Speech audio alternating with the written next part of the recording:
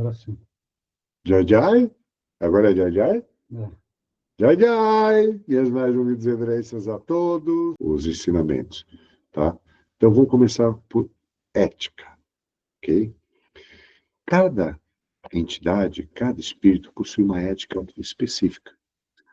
Você vai ter, você vai ter entre guerreiros éticas diferentes. Você vai pegar a ética de um samurai, de um espírito de um samurai, é totalmente diferente da ética de um cruzado, de um mojandin. Eles diferem. Cada um tem um processo de ética diferente. Eu sempre gosto de lembrar, assim, quando se fala de guerreiros, né, da ética do Bushido. Do Bushido é a tradição de samurais. Uma vez um shogun pediu que um samurai fosse arrancar a cabeça, matar lá um adversário. Aí, quando o samurai chegou na frente do adversário, o adversário cuspiu na cara dele. Aí, o que acontece? O samurai simplesmente se retirou. Ele voltou para o shogunato e disse que não poderia ter feito aquilo naquele instante. Por quê? Porque ele não faria isso por ter alcançado esse ato de, de missão dada, missão cumprida, né? Ele queria fazer a missão que o Shogun mandou ele realizar. E ele não faria o que o Shogun mandou. Ele faria porque ele ficou com raiva. Você vê como que é uma tradição específica. Uma é a execução, outra é a motivação dessa execução. Então, a ética ela vai variar muito devido à entidade, tradição que você faz parte, ok? A ética dentro da Umbanda, do Candomblé, é uma coisa. A ética dentro do budismo, do hinduísmo é diferente. Você vê a ética dos orixás, eles às vezes brigam um com o outro, trapaceiam, discutem poder, né?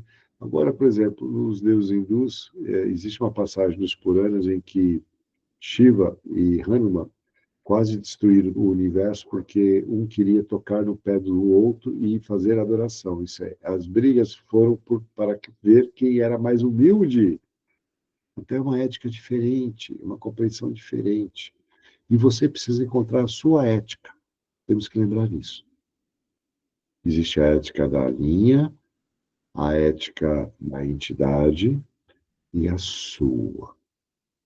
Qual os seus valores? Qual a sua ética? Isso tem que ser levado em conta, porque se nós não formos éticos, formos corretos, formos íntegros com as pessoas que nós auxiliamos a nível mediúnico, as entidades param de se comunicar. A ponte mediúnica ela é destruída, infelizmente. E para que depois seja reconstruída, o caminho é longo, ok? Então é melhor que ela não quebre. E para isso, agir de forma verdadeira, agir de forma honesta, aquela velha máxima, né?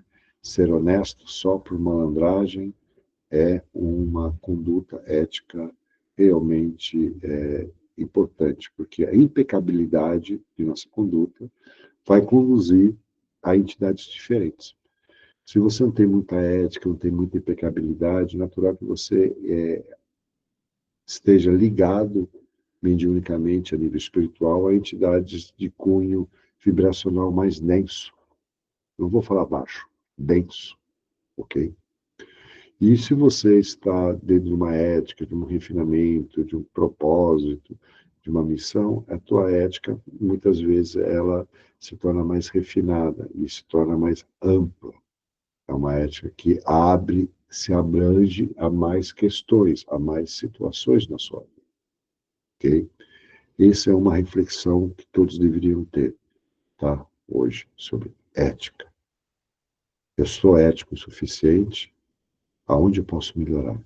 É uma reflexão importante. Outro ponto, segundo ponto, missão. Todos nós temos uma missão. As entidades têm uma missão. A linha que você participa, a nível espiritual, que você tem mais conexão, tem uma missão. Polimatismo, nossa missão é divulgar o conhecimento para que a realização do homem, não do ser religioso, mas do ser espiritual. Então, essa é a nossa missão. É a minha missão, passar o conhecimento à frente de uma forma neutra em que possa se manifestar a sua fé, independente de onde ela esteja assentada, esteja fundamentada. Nossa missão, ela ocorre desde o momento que nascemos. Nossa missão tem a ver com a família em que nascemos, o bairro, a comunidade, as pessoas. Nossa missão tem relação com a nossa vida, com o nosso cotidiano. Essa missão pode ser coisas simples, pode ser coisas mais complexas, mas o grande ponto é que a missão tem que ser um reconhecimento seu pessoal. Não adianta você ter uma missão que você não percorre. As entidades, elas vêm com uma missão, especificamente uma missão de desenvolvimento, de encontro, de amplitude, de consciência. Se essa missão não é completada, ela não é as entidades afastam. Vamos lá. Hoje eu vou falar muito sobre como afastar a entidade. Se você conhece essa missão, mas eu não sei, eu não acredito, não tenho fé, mas você tem que encontrar a verdade, e essa verdade manifestar, encontrar o que você já faz. Eu já falei isso em alguns vídeos, né? Por exemplo, se você, desde pequeno, gosta de brincar com Lego, vira adulto, vira engenheiro civil, a tua missão é construir. Ah, mas o que tem a ver isso com o vida espiritual? Às vezes seja construir templos, às vezes seja construir pontes, situações arquitetônicas que unam as pessoas, que tragam conforto, união, centralização, coisas simples. Às vezes, projetar uma mesa em que você traz a união de uma família, ou projetar um grande templo. Eu sempre falo isso. A gente tem um grande projeto de templos aqui na Ordem, né, que chama Maha Projeto. Em breve a gente vai relançá-lo sob uma nova perspectiva. Então, a missão, ela vai estar incorporada no seu dia a dia, porque nós temos uma coisa interessante, filhos, ouçam bem. Muitos de vocês, eu já fiz aquele cálculo de Astro-Cabala, né? E já tiveram a oportunidade de fazer o trabalho físico comigo, presencial, então tiveram aquele estudo da Astro-Cabala. Aquilo ali mostra a idade em que você se tornou homem e mulher. Eu devo ter falado essa frase para vocês. Daquela idade, dos 0 anos, no meu caso, vou usar a minha numerologia, tá? Minha numerologia não, minha Astro-Cabala. Na minha Astro-Cabala, meus ensinamentos eles ocorreram do 0 aos 19 anos. Então, quer dizer que a minha primeira idade foi do 0 aos 19. A minha segunda idade foi dos 19 aos 44. Então, a primeira é onde você adquire o conhecimento necessário para realizar o que você precisa na vida, para você resolver o teu karma, especificamente. As ferramentas para que você resolva a sua vida, elas já foram dadas até a tua idade de amadurecimento, que cada um tem a sua. Eu só estou usando um exemplo, no meu caso. Com 19 anos de idade, filhos, eu já falava vários idiomas, eu já era mestre, né? Minha primeira maestria eu alcancei com 19 anos de idade, por incrível que pareça. Eu já tinha vivido em vários países. Com 19 anos, eu já entendia de engenharia, de arquitetura, eu já entendia de muita coisa. Eu fui refinando isso. Até os meus 44 anos, eu peguei todo esse conhecimento e trouxe isso sobre a realização de algo que me aproximasse dentro da minha resolução do karma. E você também faz isso, mesmo a pessoa que não tem consciência. Você pega um caboclo no meio da selva, ele passa pela mesma situação. Os ensinamentos em que ele teve na sua infância, até o momento de amadurecimento, para que na segunda idade, essa segunda idade, que no meu caso é 19 aos 44, que ela se manifeste, realize para manifestar Dharma, né? Fazer coisas com esse conhecimento que te ajude a avançar emocionalmente, espiritualmente e materialmente. Aí tem a terceira idade, que é dos 44 minha avante, que eu já estou na terceira idade, no caso, né? Que é quando você recolhe o Dharma. É quando o Dharma começa a se manifestar plenamente. No meu caso, ele começa a se manifestar só a partir dos 52 anos, porque são 7 anos após a tua passagem, né? Os 7 anos são anos de ajuste. Eu passei por isso, né? Tanto que eu reconstruí a ordem. São os anos de ajuste. E depois você começa uma nova fase na vida. Então, essa terceira fase é a fase da relação do Dharma. Então, a tua missão tem que ser realizada durante a reencarnação. Então, a missão começa com entender os ensinamentos que te foram postos na vida, entender o que você precisa resolver a nível kármico, quer dizer, tuas limitações, teus bloqueios, teus medos, tudo que te impede de evoluir materialmente, emocionalmente e espiritualmente, nos 3 casos. Porque isso é o que nós somos por inteiro, por completo, por plenitude. As questões mais complicadas a serem resolvidas, elas sempre são focadas na questão emocional. Nossa missão é superar os nossos bloqueios emocionais. Eles vão fazer com que nós superemos e avancemos materialmente, emocionalmente e espiritualmente. Quando você quebra seus bloqueios, sua timidez em falar em público, por exemplo. Eu tinha isso, né? Timidez de falar em público. Tudo que você vai quebrando, isso vai te ampliando a tua capacidade de abraçar a experiência, né? Se você ficar... existe uma imagem de Cristo que as mãos estão à frente, né? Está dando a bênção. E tem a ideia do Cristo Redentor, né? Com os braços abertos, recebendo tudo. Quando você abre os braços, você recebe mais coisas, boas e ruins. Porque quando você coloca limitado, você filtra. Mas filtrar te limita a experiência. É uma escolha. Não existe escolha certa e errada.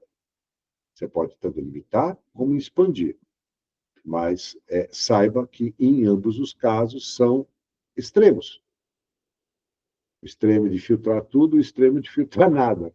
A gente precisa encontrar esse meio termo, que eu sempre falo, que é ficar mais ou menos assim, né?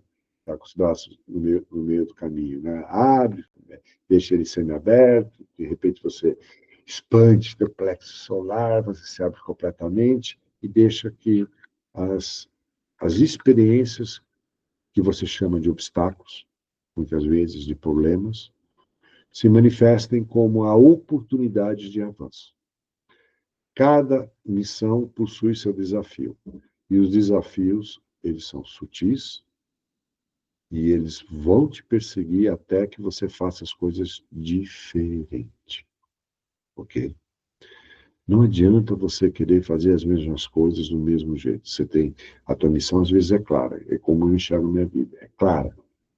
Só que, às vezes, o caminho para chegar lá tem muitos obstáculos. E, às vezes, os obstáculos te desviam para onde você deveria se focar. Porque o grande ponto é se focar onde desejamos. E cada desvio, não você simplesmente, eu vou virar para cá, eu vou virar para lá, para a direita, para a esquerda. Não! Tem que ser igual às vias incas, ou astecas, né? Que eram retas. Né? As estradas eram simplesmente retas. Você passava por cima da montanha, abaixo ia para o lago. Eram simplesmente retas, eles não faziam curvas, não é como os romanos. O objetivo é reto. Mas se nós colocarmos muitas curvas, por exemplo, eu não consigo lidar com a minha ansiosidade. Então, uma vez que você buscar superá-la, você dá vazão, fazendo que cada coisa que te crie ansiosidade, você se desvie, em vez que enfrentá-la. E quando você não enfrentar os obstáculos, você não se coloca acima deles. Eles vão te carregando, eles vão ficando do lado. Desviar, existem momentos que é importante, porque você não se encontra capaz de superar aquele obstáculo. Mas desviar uma, duas, três vezes, muitas vezes a mesma questão, vai fazer com que você volte ao ciclo. Literalmente, é 10 ciclos, né? Você está voltando, voltando, voltando, voltando e andando em ciclos. Ciclos intermináveis, que não param. Porque, na verdade, você não resolve a sua missão, não resolve a sua questão. Essa foi a segunda questão a refletir. Missão. E a sua missão ela está sendo revelada através do processo mediúnico. Porque está te falando os sentidos mediúnicos que você tem, o processo mediúnico que você possui, está falando sobre a questão das entidades, o teu modo operante dentro da mediunidade, né? Eu sou psicografia, eu sou médium corporativo, sou médium sensitivo. Isso vai te mostrando também a missão, porque a nossa mediunidade ela está acoplada, ela está nivelada com a nossa missão. Quando nós trabalhamos a nossa mediunidade, ela vai nos guiar naturalmente, ouçam bem o que eu vou dizer, desenvolvendo a sua mediunidade, ela vai te guiar naturalmente, porque a mediunidade, e especialmente quando realizamos ela a nível tanto espiritual como a nível pessoal, a gente começa a ouvir, né? Aí você começa a ouvir e entender o seu processo de missão, a sua verdadeira missão, que está realmente atrelada aos teus sentidos, às tuas capacidades, às tuas potencialidades e, ao mesmo tempo, aonde você é deficitário, porque isso é o caminho de evolução, onde você está num extremismo sobre algum ponto, aonde você também não tem extremismos, mas também não se mexe. Então, precisa também caminhar sobre esse ponto. O nosso grande desafio mediúnico tem a ver com, primeiro, a aceitação de quem somos, mediunicamente. A partir daí, aprender que cada processo mediúnico tem as suas dificuldades, sabe? Incorporar tem os seus problemas e suas facilidades. Psicografia tem o lado positivo e negativo. Você pode muito bem manifestar grandes mensagens, como pode ludibriar, eu sempre falo, né? Trazer aquele 1% de informação autodestrutiva. O grande desafio que eu enxergo sobre a ética e a missão é que a nossa mediunidade tem que estar atrelada à missão que a gente quer, processo ético necessário e os desafios que eles vão se apresentar, porque desafios, filhos, serão muitos, muitos. Vou ser bem claro, muitos. E por quê? Desejo que vocês tenham muitos desafios. Pode parecer meio estranho, mas o fato que os desafios fazem com que nós nos avancemos, que a gente consiga avançar, elevar-nos a esses desafios. Quando eles passam por nós, chega um momento que eles nem fazem mais efeito, não existe nem mais esforço. E antigamente isso era um grande problema. E o grande desafio de você, nesse momento, é se conhecer, aceitar quem você é, reconhecer as suas limitações, reconhecer os seus potenciais, a sua potencialidade, aonde você pode pegar, auxiliar o teu processo mediúnico e levá-lo para o seu dia a dia, para a tua vida, para o teu trabalho, para o teu relacionamento, para a tua ligação espiritual, aonde esse processo mediúnico vai te levar, vai depender da sua caminhada, vai depender de acelerar o processo que você está fazendo nesse instante, porque você está acelerando o processo já. A partir do momento que você está na jornada, você está acelerando esse processo. Então, os desafios, eles virão. Então, para de ficar chateado. O problema aqui, problema ali, problema colar. A questão não são problemas. A questão é quando não existe problema. Quando não existe problema, que você tem que levantar os ouvidos. É como andar na selva. Na selva tem sempre sons. Se simplesmente a selva fica em silêncio, eu me preocupo. Eu, na verdade, entrei 2 vezes na selva em que eu ouvi o silêncio, 100%. E isso é preocupante, porque os animais não fazem silêncio se existe o quê? Uma onça do lado, ou um espírito, alguma coisa que motivou o silêncio na floresta. E a floresta não se silencia, não é comum. E quando faz, é bom você ficar bem atento, porque algo está acontecendo. Você só precisa se silenciar, como eu sempre ensino, para poder ouvir. Às vezes é positivo, às vezes negativo. O ponto é termos a sensibilidade de enxergarmos o que está à nossa frente, enxergarmos aonde estamos inseridos, enxergarmos o nosso aqui, o nosso agora. Karina, vem cá um pouquinho. Eu vou chamar a Karina. Eu queria que vocês começassem a mandar algumas perguntas sobre o que eu estou falando. Vê se tem algumas perguntas para mim já começar a responder e auxiliar melhor esse ponto. Eu lamento que a outra aula estava fluindo tão bem, né? E a gente estava deixando isso caminhar e aproveitar essa aula extra, para que a gente possa também colocar esses questionamentos. Porque todos nós temos uma dúvida sobre a nossa questão ética, missão e desafios. Entende? Tem alguma pergunta? Ainda não tem pergunta no chat, mas se alguém quiser fazer alguma pergunta agora, pode levantar a mão, abrir a câmera e fazer a pergunta. Por favor.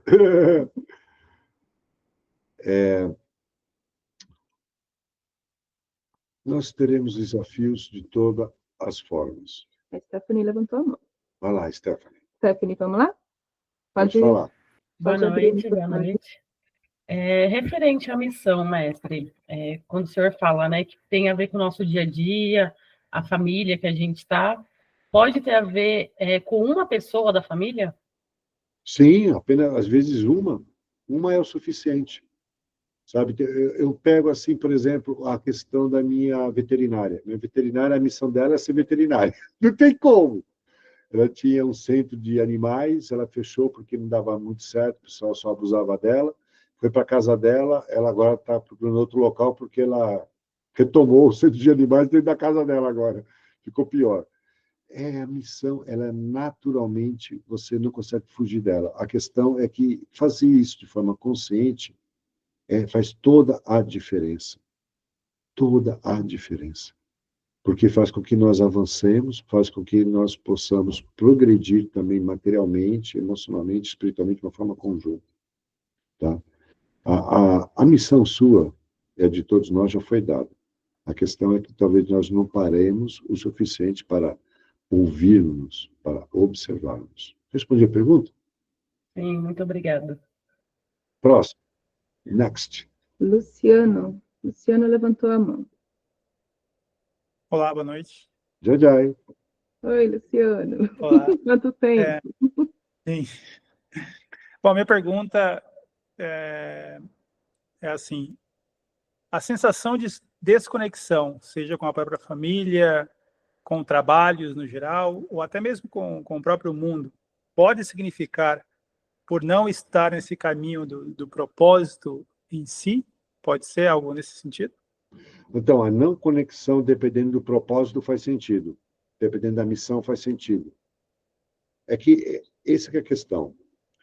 Não existe certo ou errado. Os extremos, neste caso específico, vai depender da tua missão. Tá? Então, vamos colocar que... deixa eu pegar um exemplo aqui. A tua missão seja se comunicar. Se você quer ficar em silêncio meditativo, se é uma seta, talvez não seja conveniente. Mas se a tua missão é se tornar, talvez seja conveniente você se silenciar. Depende do caso. Tem que enxergar especificamente o caso. Você quer abrir o teu caso um pouco para a gente falar? Que aí eu posso ser mais específico. Abre o microfone, Luciano, tá mudo. Desculpa, é verdade. Bom, meu caso tem uma relação direta com a própria pergunta, né? Eu sempre tive uma sensação de desconexão geral, seja nos vários trabalhos que eu já fiz, né? Com a própria família mesmo. Não que eu tenha problema com a família, ou nunca tive problemas, né? A gente tem uma boa relação, mas uma certa sensação de desconexão com eles, com os trabalhos, e até mesmo às vezes com o próprio mundo, sabe? Uma sensação de não deveria estar aqui. Mas vocês querem te falar uma coisa? Quando a gente se torna Swami, eu fiz por muito tempo isso, eu não podia dormir mais do que 3 dias no mesmo lugar, sabia disso? Eu vivi com essa regra durante 3, 4 anos. Eu não podia dormir no mesmo lugar durante 3 dias seguidos. Então, você cria desconexão. Certos processos espirituais, eles primeiro te desconectam do mundo à volta, né? Das vozes, das preocupações, da rotina, do status quo, te desconecta de tudo isso para que você consiga se conectar. Depende não existe o certo e o errado. Precisa ver se isso não te cria desequilíbrio, não te cria um isolamento que é uma fuga, que o grande ponto é esse, eu estou nisso porque eu estou fugindo ou porque estou me conectando comigo próprio. E tudo isso é um desafio mediúnico, porque é um desafio de compreensão, de consciência, de cognição. Esses são os desafios, essas perguntas, esses questionamentos. E quanto mais vocês conversarem comigo, quanto mais vocês se abrirem, mais claro isso fica. Porque, na verdade, dentro do nosso poço, da nossa piscina, nós sabemos tudo, né? Mas dentro da água do planeta tem muita água a rolar. Vamos colocar dessa forma. Ok? Espero ter respondido. Sim, sim. Next, próxima pergunta. Tem mais alguém com pergunta que quer levantar a mão? Ou a gente continua aqui? Dou-lhe uma, dou-lhe duas. Stephanie, a outra Stephanie Ortiz, levantou a mão. Vamos lá, Stephanie, pode abrir o microfone e falar. Obrigada. Não, eu só queria, na verdade, fazer um comentário que agradeço que o mestre tocou esse tema, porque eu também me sinto um pouco desse jeito que o Luciano falou e também a Stephanie, né? A questão de sentir-se um pouco isolado a partir de a gente ter focado nessa questão espiritual, como que se sente como incompreendido e também um pouco sozinho. De fato, algumas relações, no meu caso particular, se foram quebradas. Mas Então, isso é natural, filha, porque, na verdade, o caminho espiritual, você não vai realizar ele com outra pessoa, você vai realizar ele com você, é você. Não, eu vou caminhar junto com o meu parceiro, isso tudo, você pode até caminhar, mas a realização é sua, não é do outro. Entende? E as pessoas não conseguem enxergar exatamente a nossa realização. Como medir a evolução espiritual de outra pessoa? E qual o valor que eu dou? Eu dou valor ou dou preço? Eu sempre falo isso, né? Preço e valor é bem, bem diferente. Eu dou preço ou dou valor? Vocês dão valor à vida espiritual. Vocês todos que estão me dão valor à vida espiritual, não precisa nem perguntar. Por isso que estão aqui, porque senão não estariam. Então, encontrar exatamente o momento, também temos momentos, né? Tem momento, como todos, né? Vocês falam de isolamento, eu acho que eu fui o extremo de todo mundo, né? Eu gostaria de conhecer ainda um ocidental que passou por isso, que é a questão do asceticismo. O asceticismo é o extremo total do isolamento, né? Não existe pessoas, é você sozinho no meio do nada. Esse é um extremo. O outro é a pessoa que está sempre lotada de pessoas à volta dela, que não consegue um momento de respiro, né? Você pega esses artistas famosos aí, ele não pode nem ir na esquina comprar um sorvete, que ele é cercado. Entende? É o extremo, são outros extremos. Então, primeira coisa, temos que se sentir bem conosco próprio.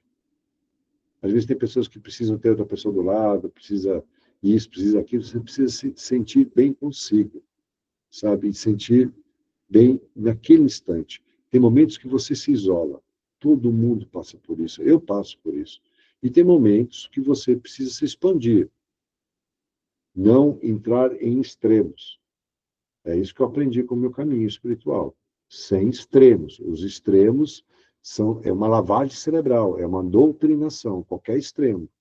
Você só se torna você próprio quando você encontra esse equilíbrio entre os extremos. Entre ficar 100% sozinho e também ter essa relação comunitária. Então, a questão do isolamento. Você, para falar com Deus, não adianta você querer ir lá no meio do jogo do Fla-Flu no Brasil, né? Flamengo e Fluminense. Eu acho que você não vai encontrar Deus lá, não. Depende, né? Se você começar a ter uma briga lá e, de repente, por 1 milímetro você conseguiu se livrar disso, você encontrou Deus. Nossa, graças a Deus eu consegui sair daquela confusão. Até nisso você consegue encontrar. Mas eu acho mais fácil você encontrá-lo em silêncio. Quando você se silencia, você se ouve e ouve o mundo metafísico, o Pai Supremo, Mãe Supremo, que possui nem nome ou forma. Eu queria passar essa base de conhecimento. Então, vamos refletir sobre nossa ética. Eu quero incorporar tal entidade. Então, a entidade exige tal ética, tal alimentação, tal conduta. Vamos estudar o que a gente está associado espiritualmente. E aquela entidade, ela tem qual missão? Eu estou falando pelas entidades porque é mais fácil.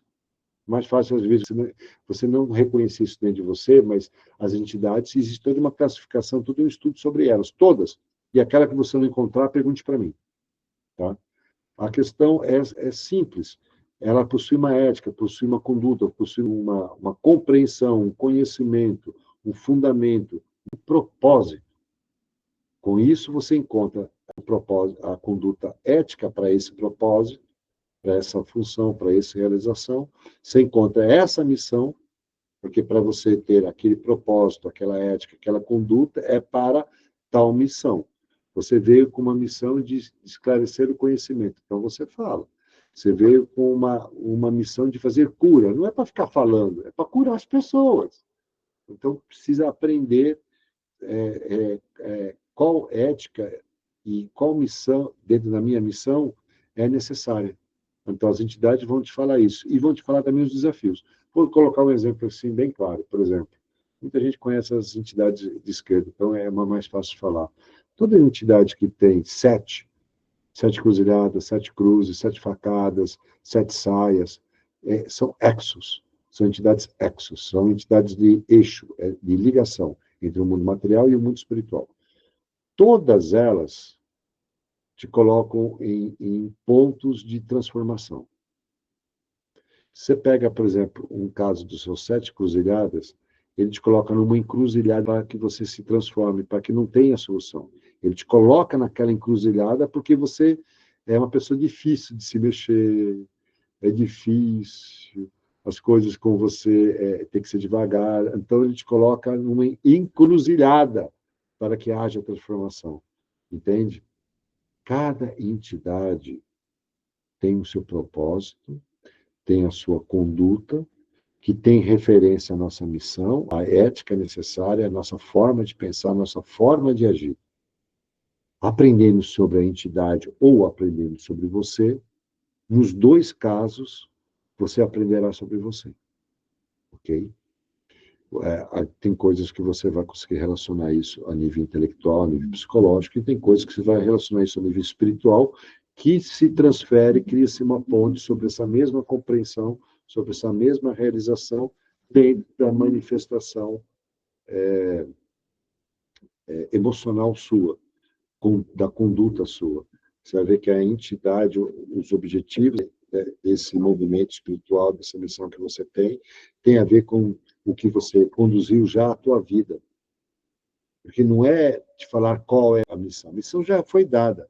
É fazer com que ela se revele a você e você a compreenda, a você a aceite, você a observe de uma forma clara.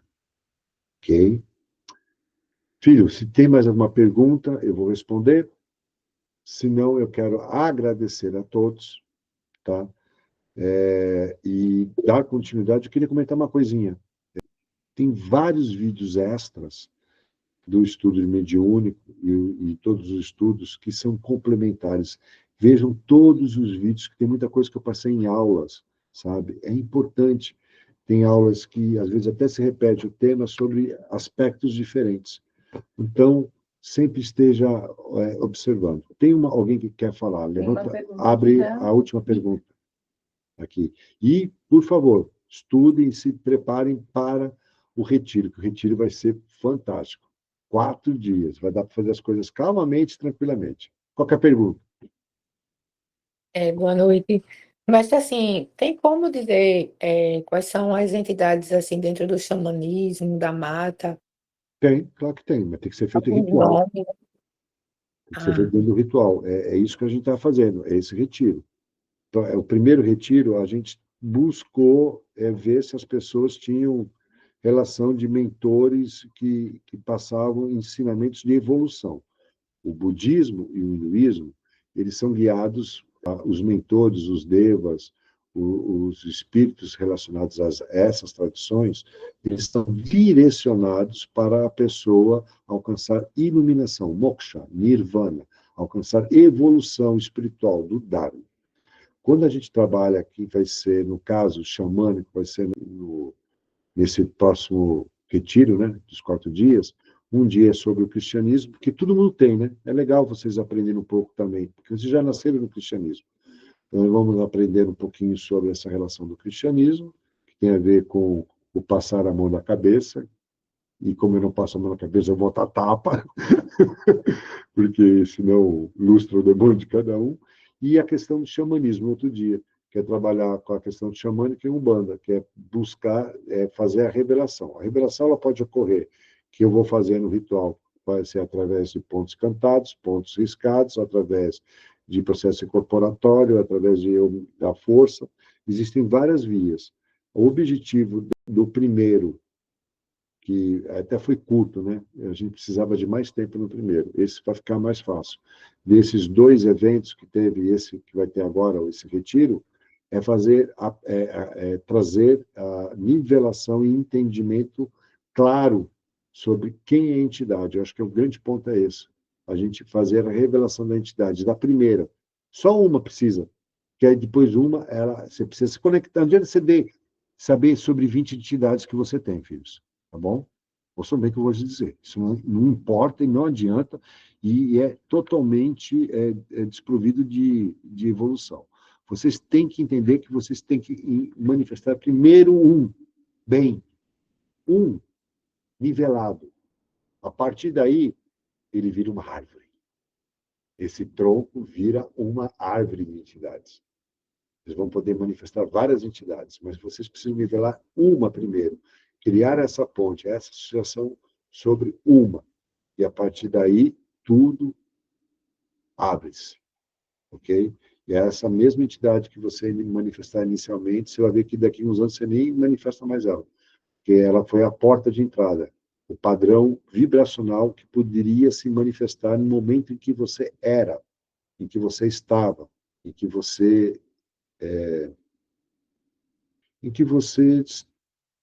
realizou, estava naquele momento. Anos depois, meses depois, a evolução, esse estudo mediúnico, eu estou falando do módulo 1, existe mais 2 módulos posteriores, ele vai avançando até o ponto de você refinar isso. Agora é compreender, entender, é dar os primeiros passos mediúnicos. Mas o primeiro passo mediúnico, além de você se conhecer e entender os seus sentidos e quais são os seus processos mediúnicos, é entender qual ligação mediúnica a nível espiritual você poderá iniciar-se dentro do processo. Ok? Tem mais alguma pergunta? Não? Então, vou dar um abração para vocês todos nesse dia de frio. Está friozinho hoje.